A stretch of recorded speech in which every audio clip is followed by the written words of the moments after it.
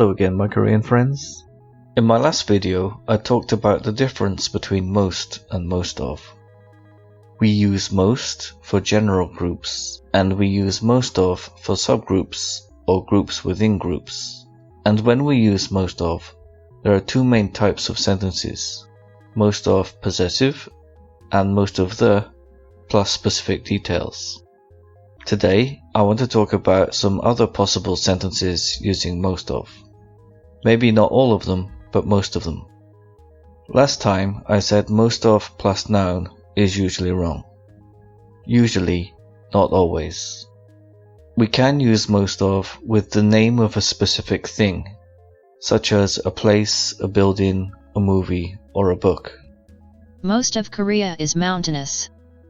Most of Lotte Tower is covered with lights. Most of Schindler's List is in black and white. I have read most of Harry Potter.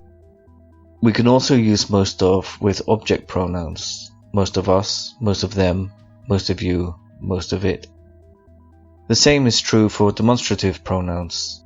Most of this, most of that, most of these, most of those. Finally, we can use most of with which, what, and whom. So, in summary, the most common way to use most of is with a possessive pronoun, or with the and more specific detail. Other possible uses are most of plus the name of a specific thing, most of object pronoun, most of demonstrative pronoun, and most of which, what, or whom. So, I'd just like to give you some examples and then we're done. With object pronouns, most of us will never be rich. I like my students, but most of them are crazy. I hope that most of you can understand me. I enjoyed the beginning of the film, but most of it was terrible. With demonstrative pronouns, most of this pizza is overcooked. I read most of that book on the toilet. Most of these apples are red. Most of those trees are on fire. With which, what, and whom. His presentation, most of which was in French, lasted 3 hours. Most of what he says is nonsense.